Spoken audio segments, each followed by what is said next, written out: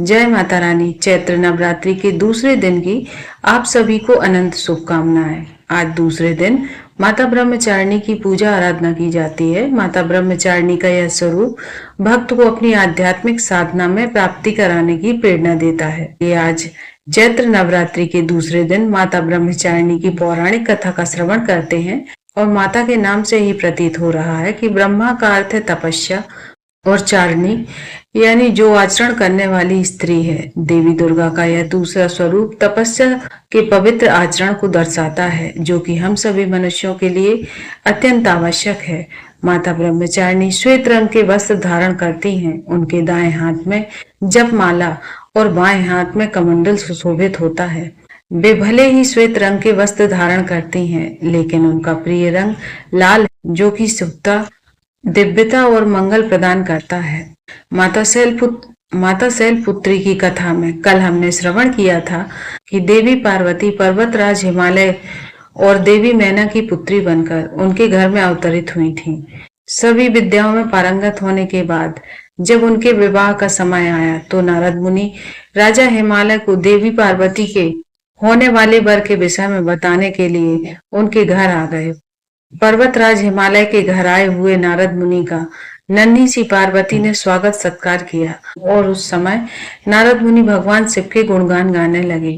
महादेव के गुणों को सुनकर देवी पार्वती अत्यंत आकृष्ट हुई और नारद मुनि ने भी संकेत में राजा हिमालय को कहा कि देवी पार्वती का विवाह भगवान शिव के साथ होने वाला है।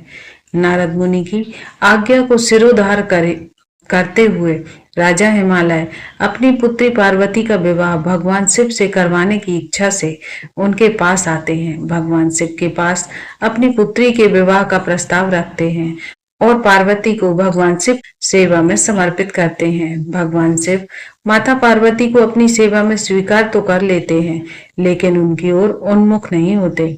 वे सदैव तपस्या में लीन रहते हैं और यह देखकर सभी देवतागण चिंतित हो गए।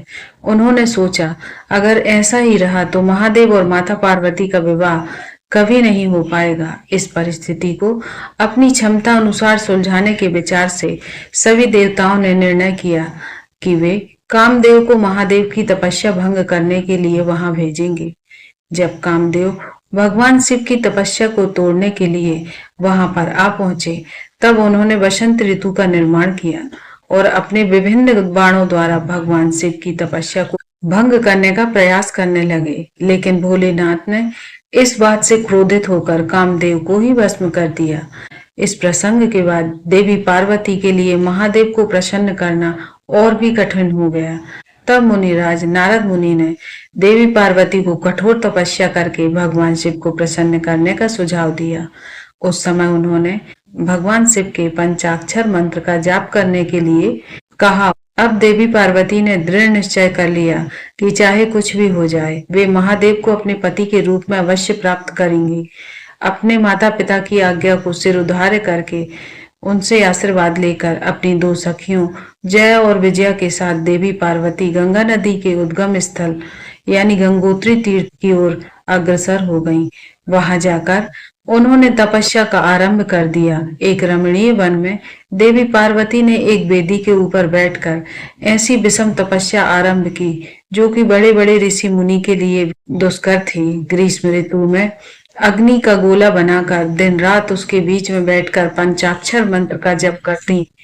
वर्षा ऋतु में देवी पार्वती किसी चट्टान पर बैठकर मूसलाधार वर्षा में भीगती हुई पंचाक्षर मंत्र का जप करती और शीतकाल में निराकार रहते हुए अत्यंत ठंडे पानी में खड़े होकर किसी भी बर्फीली चट्टान पर बैठकर तपस्या करती रहती। इस प्रकार उन्होंने प्रचंड आंधी तूफान, सर्दी और मूसलाधार वर्षा और भीषण गर्मी का भी सामना किया, लेकिन उनका मनोबल थोड़ा सा भी नहीं डगमगाया। कभी कभी वे सिर्फ फलों का आहार करती और कभी वे के पत्तों का ही सेवन करती। अपनी तपस्या को और कठिन बनाते हुए उन्होंने पत्तों का सेवन करना भी छोड़ दिया, इसलिए उनका एक नाम अपर्णा भी है। इस प्रकार दुष्कर तपस्या करते हुए 3000 वर्ष बीत गए। उनके इस निष्ठावान और अकल्पनीय तपस्या के कारण उनका नाम ब्रह्मचारिणी पड़ा और आज चैत्र नवरात्रि के दूसरे दिन माता रानी के इस स्वरूप की यानी माँ ब्रह्मचारिणी की पूजा और आराधना की जाती है। माता ब्रह्मचारिणी को बट वृक्ष यानी बरगद के पेड़ का पुष्प अत्यंत प्रिय है।